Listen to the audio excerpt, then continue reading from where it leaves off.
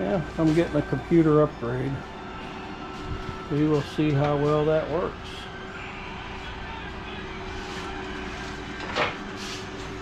Pretty much strip this guy out, put it in the other one.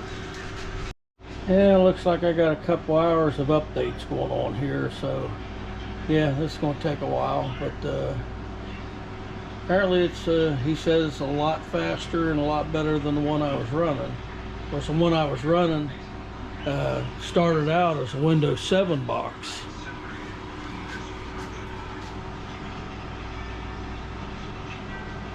So yeah. So apparently my old mouse wasn't cutting it, but yeah, it's well used. Ain't nothing to these things, is there? Luckily I had a spare new one. And I got another old hard drive that I'll be taking apart to get the magnets out of it.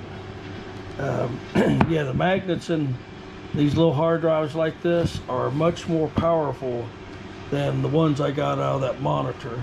So we'll be taking this apart after a while. And for those playing at home, this is the Toshiba DT01 HCA 100.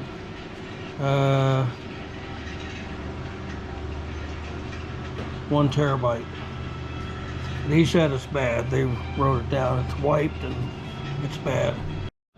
I peeled the label off to see if there was any screws hiding under there. Uh-oh. Warranty void if any label screw is removed or broken. Huh. Guess the warranty's void.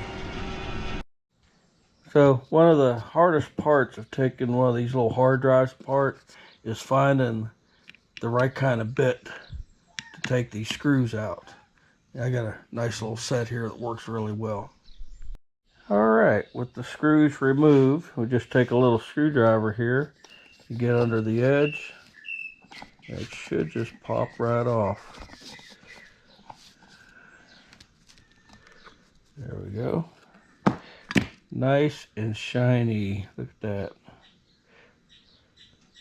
Alright, a few more things I have to take off here. For some reason, I like to save them shiny little platters. I might find a use for them one of these days. So if you're interested, there's only one platter in there, and as you can see, it is mirror-like.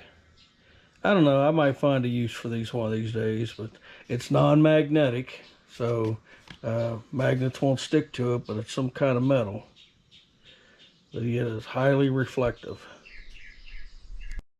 So we flip it over on the back side and remove a couple screws here and this little circuit board. Absolutely nothing on there that I can possibly use, but gives us access to these 3 screws that I have to remove, and they're covered with plastic, so I got to scrape that off. Okay, with those three screws removed, we flip it over, and that removes this assembly here, which is where the magnets are.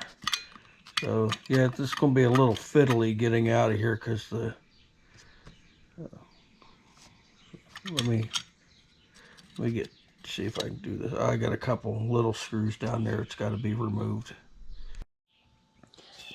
So this is the magnet assembly, and basically it is just held together by magnetism.